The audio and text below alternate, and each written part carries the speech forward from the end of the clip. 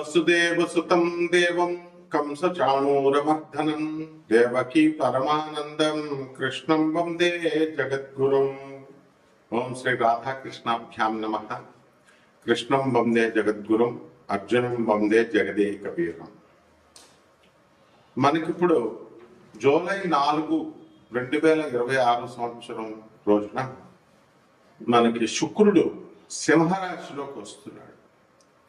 సింహరాశిలోకి వచ్చినప్పుడు సింహరాశి మరి శుక్రుడికి ఏంటండి శత్రుస్థానం. దానివల్ల కేతువుతో కలుస్తున్నాడు. ఎందువలన ఇది ప్రాచీనమైనటువంటి ఏన్షియంట్ ఆస్ట్రాలజీ జ్యోతిష్ శాస్త్రంలో శత్రుక్షేత్రంగా చెప్పబడింది. అలాగే మోడర్న్ సైన్స్ లో ఈ యొక్క శుక్రుడి యొక్క పాత్ర ఏమిటి, ఈ శుక్రుడు సింహరాశిలోకి వస్తే ద్వాదశ రాశుల వారికి కూడా ఏ విధమైనటువంటి ఫలితాలు వస్తాయి అవన్నీ కూడా మనం చెప్పుకుందాం. ఇక్కడ శుక్రుడు మనకి సూర్యుని కంటే కూడా దగ్గరగా ఉన్నటువంటి 2వ స్థానంలో ఉన్నటువంటిది అనమాట. సూర్యుడికి నుంచి చూసుకుంటే 2వ స్థానంలో మనకి ఈ యొక్క శుక్ర గ్రహం ఉంది. అండ్ భూమికి అత్యంత క్లోజెస్ట్ గా ఉన్నటువంటి ప్లానెటరీ నైబర్, మనకు చాలా దగ్గరగా ఉన్నటువంటిది. అలాగే భూమి మీద ఉండేటటువంటి పరిస్థితులు అంటే భూమితో సిమిలర్ గా ఉంటుందన్నమాట. ఆ తర్వాత అంటే రాక్ గా ఉండడము, ఇవన్నీ కూడా దళసరిగా డెన్స్ గా ఉండడము, ఇవన్నీ కూడా ఉంటాయి. అయితే దీన్ని ట్విన్ అని అంటాం. అంటే కవల పిల్లల్లో చూస్తే ఇద్దరు ఎలా అయితే ఒకలాగే ఉంటారో అలాగే భూమి తర్వాత భూమి ఒక గ్రహం, శుక్రుడు ఒక గ్రహం. భూమి మీద మనం బ్రతుకుతున్నాం కాబట్టి ఆటోమేటిక్ గా మనకి భూమి మీద ఉన్నటువంటి మనుషుల పైన జీవరాశుల అన్నిటిపైన ఈ యొక్క శుక్రగ్రహ ప్రభావం ఎలా ఉంటుందో మనం ఈ వీడియోలో మనం తెలుసుకుంటాం అన్నమాట. ఇది ట్విన్ అని అంటాము దీనికి. అందువల్ల సిమిలర్ సైజ్ అండ్ మాస్ కూడా భూమి కరెక్ట్ గా ఎలా ఉంటుందంటే అర్థం కానీ రాకీ మెటీరియల్, దాని మీద మనం నిలబడి మనం బ్రతుకుతున్నాం, నడవగలుగుతున్నాం. అక్కడ కూడా అలాగే ఉంటుంది. కాకపోతే అక్కడ వాతావరణాలు ఎలా ఉంటాయి, అట్మాస్ఫియరిక్ ప్రెషర్ ఎలా ఉంటుంది, హీట్ ఎలా ఉంటుందో అది డిఫరెంట్ అవుతుంది. అందుకనే సిమిలర్ అన్నాం, అంటే సేమ్ గా ఉంటుంది, అంతేకాని సమానంగా ఉంటుంది అన్న. They are not congruent, they are only similar. అయితే ఇది హైలీ హాస్టైల్ వరల్డ్ అంటారు. హాస్టైల్ వరల్డ్ అంటే ఇట్ ఇస్ ఒక్క శుక్ర గ్రహానికే మనం చెప్పుకుంటాము. And runaway green house effect దీని మీద నడుస్తుంది. అట్మాస్ఫియర్ ఎక్కువ CO2 కార్బన్ డైఆక్సైడ్ ఎక్కువగా ఉండడం వల్ల crushing atmosphere of carbon dioxide ఎక్కువగా ఉంటుంది అక్కడ. ఆ తర్వాత సర్ఫేస్ టెంపరేచర్స్ కూడా చాలా హాట్ గా ఉంటాయి అన్నమాట. అంటే లెడ్ని మనం కరిగించే అంత ఎక్కువ టెంపరేచర్ అనేటటువంటిది ఈ శుక్ర గ్రహానికి ఉంటుంది. అలాగే దాని అంట్లో ఉన్నటువంటి ఎన్విరాన్మెంట్, అక్కడ ఉన్నటువంటి వాతావరణం ఎలా ఉంటుందంటే మల్టిపుల్ లెథల్ ఎలిమెంట్స్ ఉన్నాయి దాంట్లో.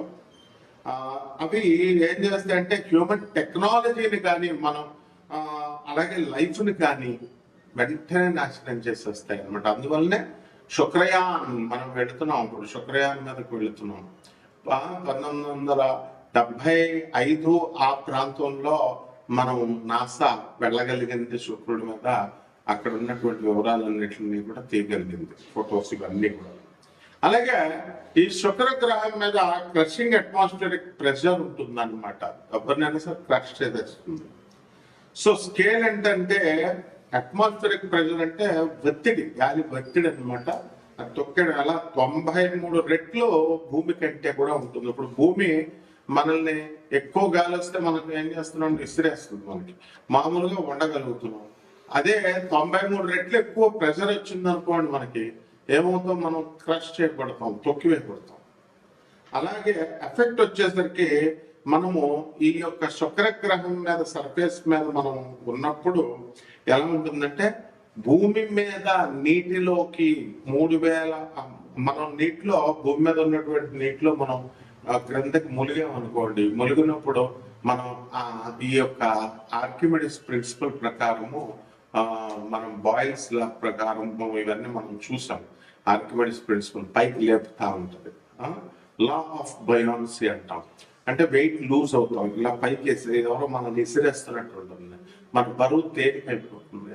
ఆ లూజ్ అయినటువంటి బరువు అదంతా లా ఆఫ్ బయాన్సీ ఎక్స్ప్లెయిన్ చేయడం దేనికి సమానము.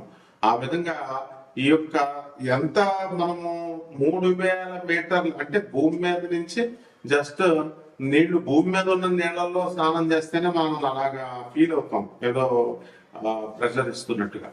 అట్లాంటిది 93 రెట్లు ఎక్కువ ఉందనుకోండి, అప్పుడేమవుతుంది అనమాట, మనకి 3000 మీటర్ల అడుగుకి మనం క్రిందకి వెళ్ళిపోయినప్పుడు అక్కడ ఏ విధమైనటువంటి ఫీలింగ్ ఉంటుందో ఆ విధమైనటువంటి ఫీలింగ్ ని శుక్ర భగవానుడు మనకి ఇస్తాడు. తర్వాత అందువలన ఒక హ్యూమన్ బాడీని కానీ లేదా అన్ప్రొటెక్టెడ్ సబ్మెరైన్ ఒకటి ఉందనుకోండి, ఒక టిన్ క్యాన్ ఉందనుకోండి, దాన్ని ఎలాగైతే తప్పడైపోతుందో ఆ విధంగా హ్యూమన్ లైఫ్ ని క్రష్ చేసి పడేస్తుంది హ్యూమన్ బాడీని. అందువల్లనే అక్కడ ఇంకా మనకి జీవత్వం రాలేదన్నమాట, మానవులు ఇంకా అక్కడ నివసించలేకపోతున్నారు. అయితే స్కాచింగ్ అండ్ తర్వాత లెట్ మెల్టింగ్ హీట్ ఉంటుంది కాబట్టి అక్కడ ఉన్నటువంటి టెంపరేచర్, సర్ఫేస్ టెంపరేచర్ ఎంత ఉంటుందంటే 464 డిగ్రీల సెంటిగ్రేడ్ ఉంటుంది. అది మనం కరెక్ట్ గా 50 డిగ్రీలు వచ్చేసరికి ఇక్కడ మనం హీట్ కి భరించలేకపోతున్నాము. ఢిల్లీలో 54 వచ్చేసరికి కంగారు పడిపోతున్నాం. 464 డిగ్రీల సెంటిగ్రేడ్ ఉంటుంది. అందువల్లనే శుక్రుడు మర్మాంగాలకి అధిపతి కాబట్టి మనకి జెనిటల్ ఆర్గన్స్ కి అధిపతి, ప్యూబర్టీ, రజస్వలు అవ్వడము, తర్వాత ఇవన్నీ కూడా కాబట్టి అంత హీట్ గా ఉండడము, ఇవన్నీ కూడా లింకులు మనం వీడియోలో ఎక్స్ప్లెయిన్ చేసుకున్నాం. తర్వాత సన్ నుంచి మనం తీసుకున్నప్పుడు 108 మిలియన్ల కిలోమీటర్ల దూరంలో ఈ యొక్క శుక్రగ్రహము అనేటటువంటిది ఉందన్నమాట. ఇక వ్యాసం మనం కనుక తీసుకుంటే 12,104 కిలోమీటర్ల వ్యాసం, అంత వెడల్పుగా మనకి డయామీటర్ ఉంటుంది. అండ్ భూమి యొక్క సైజులో 95% ఆఫ్ ద ఎర్త్ సైజ్ లో ఉంటుంది. సర్ఫేస్ టెంపరేచర్ మనం చెప్పుకున్నాము, అట్మాస్ఫియరిక్ ప్రెషర్ 93 రెట్లు మనం చెప్పుకున్నాము. తర్వాత అక్కడ ఏమైనా మూన్స్ ఉంటాయంటే అవి అన్నమాట దానిపైన.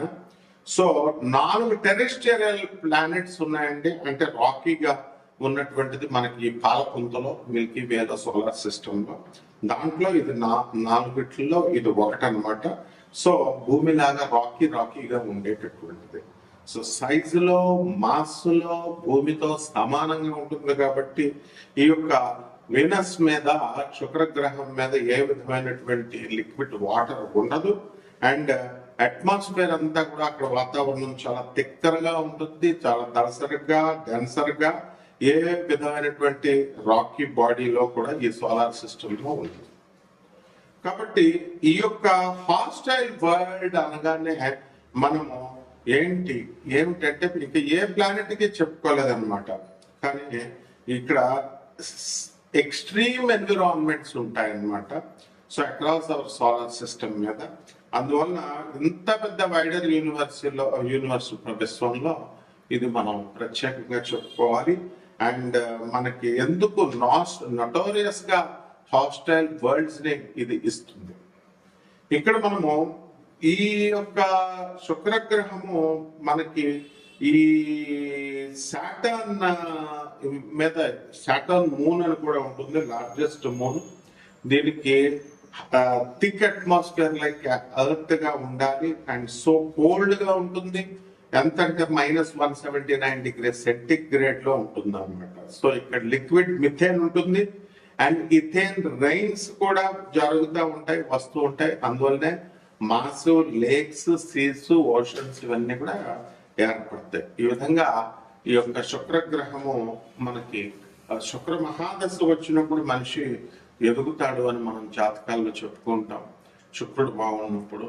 మరి ఇప్పుడు ప్రస్తుతం యాజ్ ఆన్ దిస్ డేట్ ఈ జూలై మనం 2026 సంవత్సరంలో శుక్రుడు కేతువుతో కలిసి సింహరాశిలో ఉన్నప్పుడు 12 రాశుల వారికి ఈ యొక్క శుక్రుడు ఏ విధమైనటువంటి ఫలితాలు ఇస్తాడు అనేటటువంటిది మోడర్న్ సైన్స్ అప్లై చేస్తే ఏన్షియంట్ సైన్స్ ని, ఏన్షియంట్ ఆస్ట్రాలజీని మనం చెప్పుకోవాలి.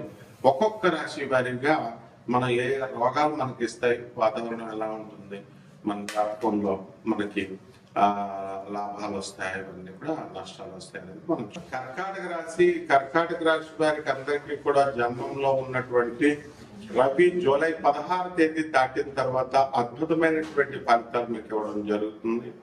లీడర్షిప్ క్వాలిటీస్ మీకు రావడానికి అవకాశాలు అధికంగా ఉన్నాయి. అదే విధంగా ఈ యొక్క గురుడు మనకి జన్మంలో ఉన్న కారణంగా చక్కటి నిజాయితీ ఇవన్నీ కూడా పెరగడానికి అవకాశాలు ఉన్నాయి. చాలా లోతుగా మీరు ఆలోచించడం ఇవన్నీ కూడా చేస్తారు. అయితే గతంలో మీరు చేసినటువంటి పొరపాట్ల వల్ల కాస్త ఫూలిష్ ఫెలోస్ యొక్క సలహాల మేరకు మీరు నష్టపోయినటువంటి అవకాశాలు ఉన్నాయి. అలాగే భార్యాభర్తల మధ్య కొట్లాటలు ఇవన్నీ కూడా మీ తప్పు లేకపోయినప్పటికీ కూడా కొట్లాటలు ఇవన్నీ కూడా మీరు చేసుకోవడం అనేటటువంటిది జరుగుతుంది. అయితే ఈ కొట్లాటలన్నీ కూడా ఒక విధంగా ఒక దారికి వచ్చేయడానికి అవకాశాలు ఉన్నాయి. ఇంకా కోర్టుల్లో మీకు ఇంకా కొన్ని సమస్యలు అనేటటువంటి బెంచ్ మీదకి ఇంకా మీకు రాలేదు, కోర్టు కేసులు అవన్నీ కూడా. సో ఈ విధంగా మనకి ఈ కర్కాటక రాశి వారికి ప్రతి పని కూడా 1కి 2 సార్లు చేయాల్సినటువంటి అవసరం ఉంది. కాబట్టి ఈ అష్టమంలో ఉన్నటువంటి రాహుగ్రహ ప్రభావం వలన మీకు అనేకమైనటువంటి ఒడిదుడుకులు మీకు రావడం జరుగుతుంది. ఎక్కువగా ఓవర్ థింకింగ్, క్రిటికల్ థింకింగ్ చేసి ఉన్మాద స్థితికి మీరు వెళ్ళిపోవడానికి అవకాశాలు ఉంటాయి. కాబట్టి అలాంటివి చేసుకోకుండా పెద్ద మనుషులు, అలాగే పోలీస్ ఆఫీసర్స్, అలర్ట్ కౌన్సిల్స్ వాళ్ళు చెప్పినటువంటి ఆనరబుల్ జడ్జెస్ చెప్పినటువంటి సలహాల మేరకు మీరు కనుక విన్నట్లయితే మీ కేసులన్నీ కూడా హాస్టల్ అవడానికి అవకాశాలు ఉన్నాయి. ఆ తర్వాత మీ యొక్క వైవాహిక బంధం దృఢపడడానికి అవకాశాలు అధికంగా ఉన్నాయి. అలాగే ఈ కర్కాటక రాశి వారికి రావాల్సినటువంటి స్కాలర్షిప్లు కానీ ఇవన్నీ కూడా సెకండ్ ఇన్స్టాల్మెంట్ ఇంకా రాకపోవడం ఇలాంటివన్నీ కూడా జరిగినాయి. కాబట్టి ఈ రకంగా మీరంతా కూడా ఈ యొక్క కర్కాటక రాశి వారికి కొన్ని జాగ్రత్తలు తీసుకోవాల్సినటువంటి అవసరం ఉంది. అయితే ఈ వ్యయంలో ఉన్నటువంటి బుధుడు వక్రించి జూలై 24వ తేదీ నుంచి వక్రించి ఉండడం వల్ల మీకు అధికమైనటువంటి నష్టం జరగడానికి అవకాశాలు ఉన్నాయి. అలాగే ఎవరైతే స్పెసిఫిక్ గా ఫైనాన్షియల్ ఇన్స్టిట్యూషన్స్ లో ఉన్నటువంటి వాళ్ళు, చిట్టి పాటలు ఇలాంటివి నడుపుతున్నటువంటి వాళ్ళు తగిన జాగ్రత్తలు తీసుకోవాలి. అదే విధంగా ఈ యొక్క లాభంలో ఉన్నటువంటి కుజుడు ఆగస్టు 2 వరకు కూడా మీకు అనేకమైనటువంటి లాభాలను ఇస్తాడు. ఆ తర్వాత చక్కగా మీ పేరు మీద ఉన్నటువంటి స్థలాలు కానీ ఇవన్నీ కూడా పెరగడానికి అవకాశాలు ఉన్నాయి. ఇక పరిహారాల దగ్గరికి వచ్చేసరికి మీకు చక్కగా ఈ యొక్క కర్కాటక రాశి వారికి బుధ జపం చేసుకోండి, బుధ స్తోత్రాలు చదవండి. బుధుడికి కిలోంపావు పెసల్ని ఆకుపచ్చ రంగు ఉన్నటువంటి వస్త్రాన్ని ఇచ్చి పేద బ్రాహ్మణుడికి దానం చేసుకోండి. దశ మహావిచ్చల్లో ఒకటైనటువంటి ఈ యొక్క త్రిపుర భైరవి అమ్మవారి యొక్క సాధన, అమ్మవారి యొక్క హోమాన్ని వేళ్లలో చేసుకోవడం ద్వారా బ్రహ్మాండంగా ఉంటుంది.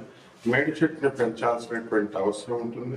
అదే విధంగా ఈ యొక్క రవి మనకి జూలై 16 నుంచి మీకు కలిసి ఉండడం వల్ల కరోనరీ ఇన్ఎఫిషియెంట్ పంపింగ్ అనేటటువంటిది, హార్ట్ ఫెయిల్యూర్ వ్యాధులు రావడానికి అవకాశాలు ఉన్నాయి. అలాగే COPD, chronic obstructive pulmonary diseases రావడానికి అవకాశాలు ఉన్నాయి. కాబట్టి ఎవరైతే ఈ యొక్క మందు, సిగరెట్లు తాగేటటువంటి వాళ్ళు ఉన్నారో అటువంటి వాళ్ళని వెంటనే ఫుల్ స్టాప్ పెట్టి జాగ్రత్తగా మీ ఆరోగ్యాన్ని జాగ్రత్తగా చూసుకొని మంచిగా వెళ్ళండి. శుభమస్తు.